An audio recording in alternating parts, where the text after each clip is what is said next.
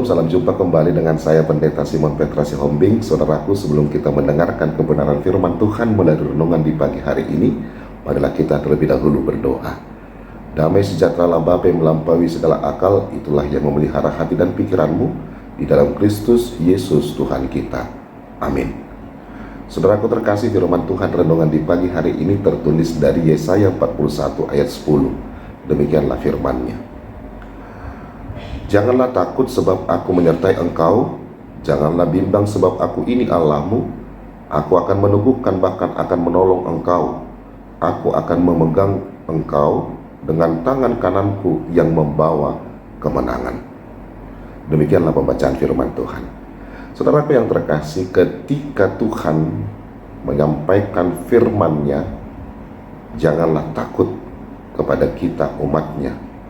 Tentunya Tuhan sedang melatih kita untuk benar-benar berpegang teguh dan tidak ragu akan perkataannya itu.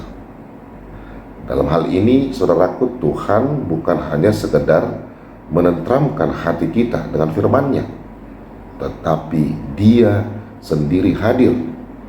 Dia akan membimbing kita, Dia akan menolong kita, dan bahkan Dia akan senantiasa memegang tangan kita.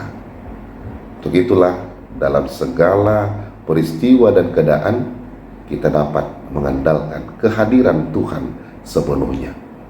Untuk itu saudaraku, biarlah melalui firman Tuhan di pagi hari ini, inilah yang membekali kita agar kita benar-benar menjadi orang-orang yang percaya, menjadi orang-orang yang berani apapun peperangan yang kita hadapi.